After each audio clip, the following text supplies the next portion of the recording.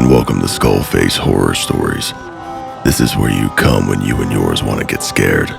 This video is brought to you by Color Me Collins. More on them later. This is a collaboration video between me and another horror narrator that I recently discovered. His name is Ghoul Angel. And this guy is so awesome. He's legit. We spoke on the phone a couple of times, and I think he's the real deal. If you like my voice, wait until you hear his. His story starts here, and my story starts here. Okay, Ghoul. It's all you. I graduated from high school a few years back. I still live with my parents, but I'm using this time to my advantage. They're kind enough not to charge rent, and that allows me the ability to save up almost every penny I make. The hope is that one day, I can start up a small, but legitimate business and move into my own apartment. I prefer to take my own approach and be my own boss. I buy and resell things online and take up odd jobs here and there to supplement my income. With the help of social media and Craigslist, I'm able to regularly mow lawns in spring and summer and shovel driveways in winter. Eventually, I'll have enough to buy a decent car and reach clients outside of town and maybe even hire a few employees. In my first year of business, I introduced a flower delivery service. In all the time I biked flowers back and forth from person to person, I only ever picked up one regular. His name was Red, and he was absolutely infatuated with his girlfriend, Clara. Once a month, I would deliver a dozen roses to the local hotel where she worked. No matter how many times I went there with the same bouquet, she always acted surprised and delighted to no end. They really did have something special, and I was happy to be a part of their lives, at least in some small way. But then February rolled around. I do gain a little traction during the Valentine's season. Along with the additional customers, Red goes all out and has me deliver 3 bouquets on the week leading up to the holiday. Between these deliveries and keeping up with my usual services, February beats the hell out of me. This particular Valentine's week was a little different. It was getting close to the big day, and I hadn't received a single order from Red. I usually don't get attached to my clients, but I was quite fond of Red and Clara.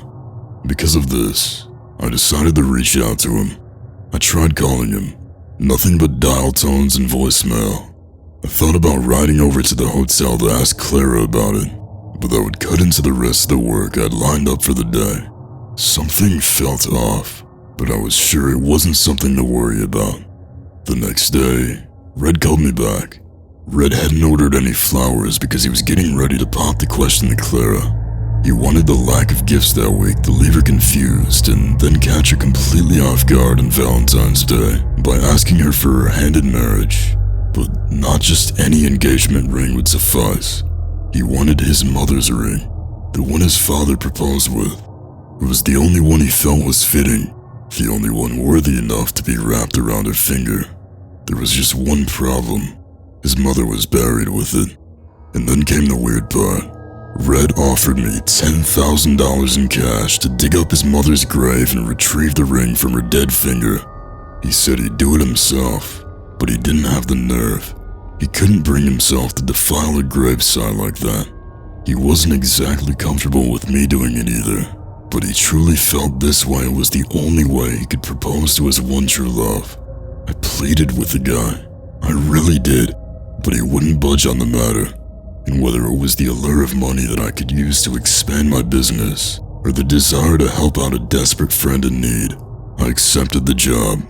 I'm not gonna make any excuses here.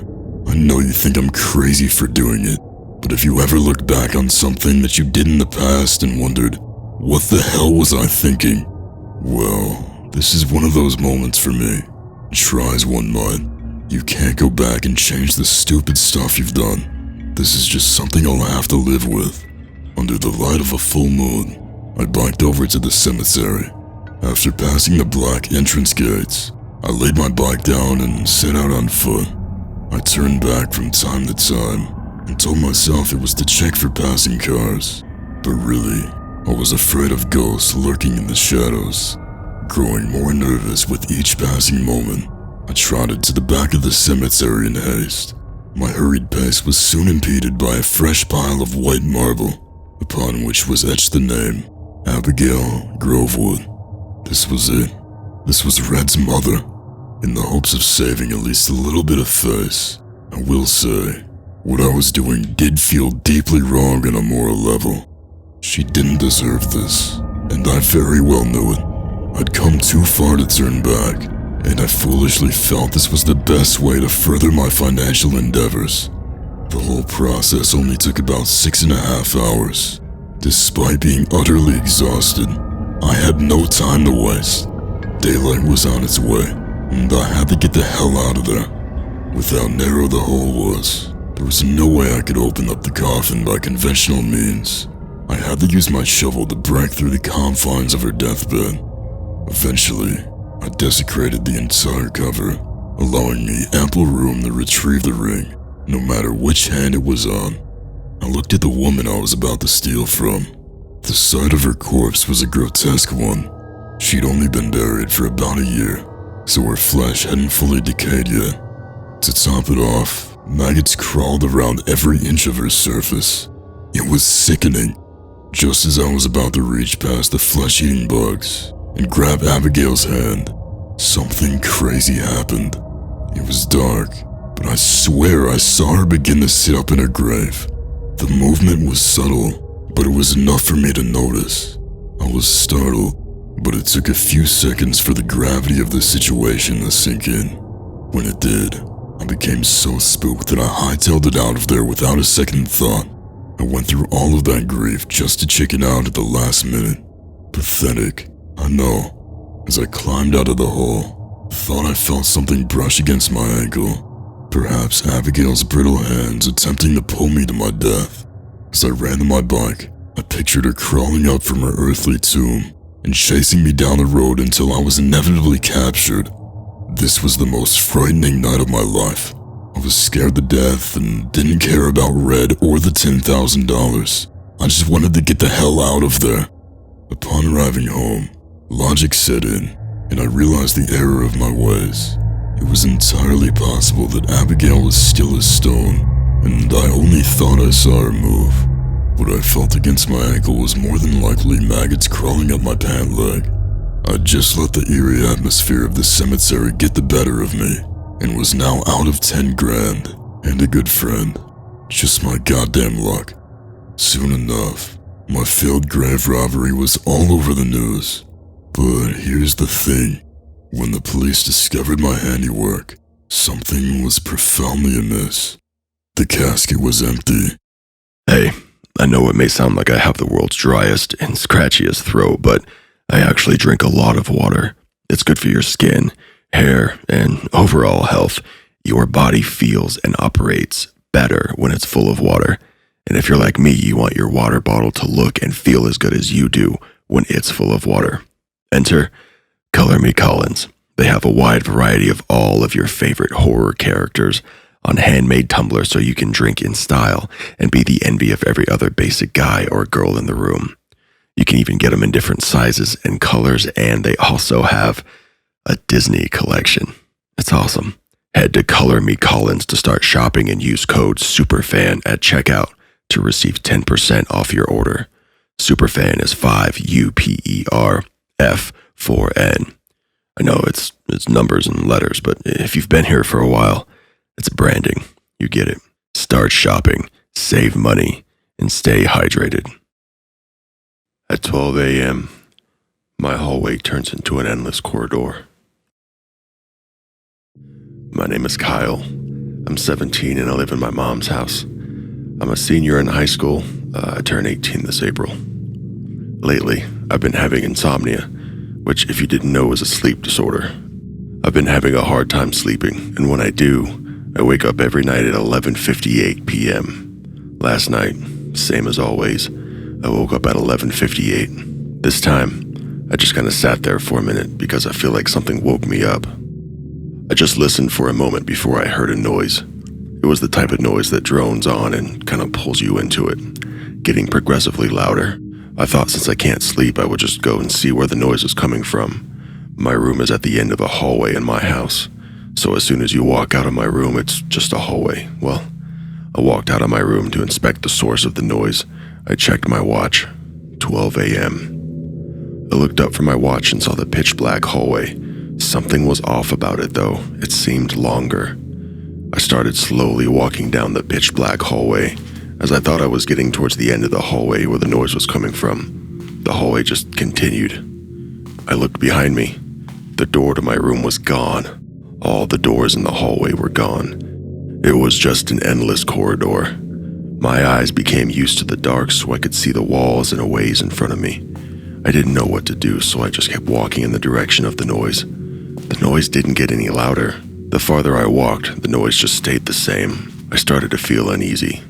I checked my watch again. It still said 12 a.m. What? I mumbled to myself. I know I've been walking for at least 10 minutes already. I started to get the feeling that someone was watching me. I turned around to glance back in the direction I came from. There was a silhouette of a person, a tall person, almost touching the ceiling, and they were very slender as well. The more I looked at it, the more inhuman I started to notice it was. It was also starting to get closer. It wasn't walking though. It wasn't moving. It was just getting closer. I started to run in the opposite direction of the creature. I heard a noise come from behind me.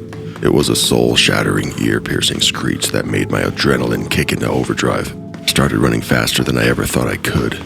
I ran for about 2 minutes until I thought I would collapse. I turned around. There was nothing there. I stopped to catch my breath. I also checked the time. 12 a.m. What is happening? I said with a shaky voice. I began walking forward again, but there was no noise. It was silent.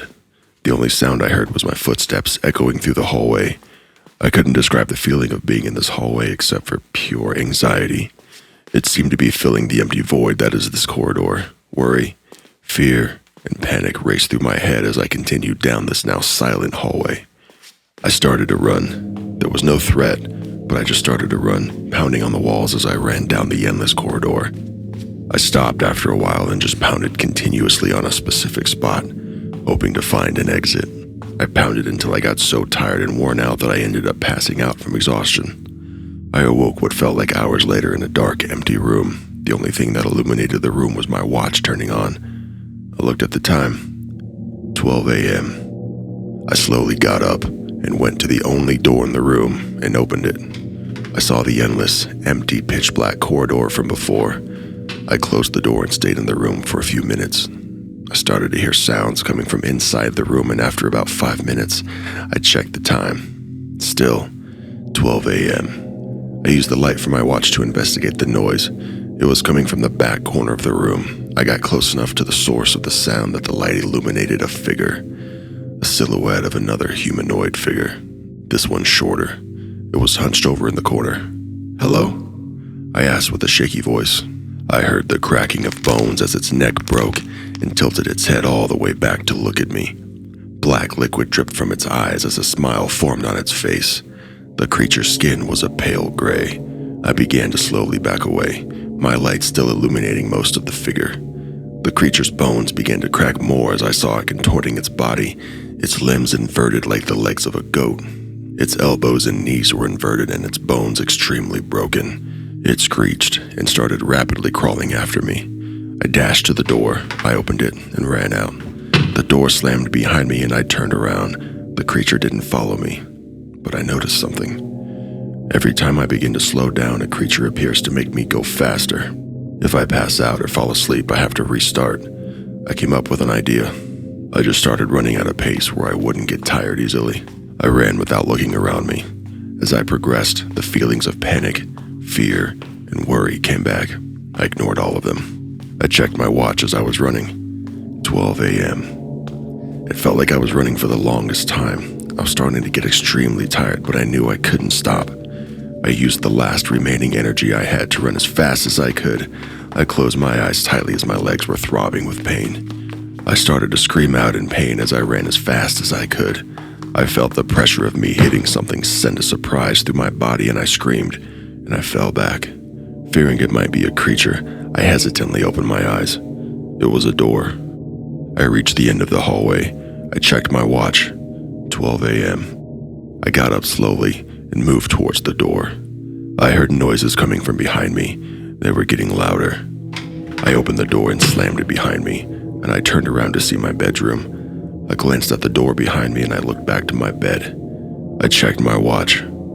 12:01 a.m. I collapsed in my bed, exhausted. The next thing I remember, I was waking up from something else. I opened my eyes. It was morning. I checked my watch. 7:22 a.m. I don't know what happened last night, nor do I want to know. But if you hear a noise coming from your hallway at 12 a.m., don't open the door. Just go back to bed. Thank you for listening, and thank you to Ghoul Angel for being in this video with me. I really appreciate you, man. Ghoul has a lot of big goals, and I hope he meets every single one of them. You can actually help him by going to his channel now and hitting subscribe. Click the video on the right to hear more creepypastas, and click the video on the left to hear more true, scary stories. Until next time, always look back. Or don't.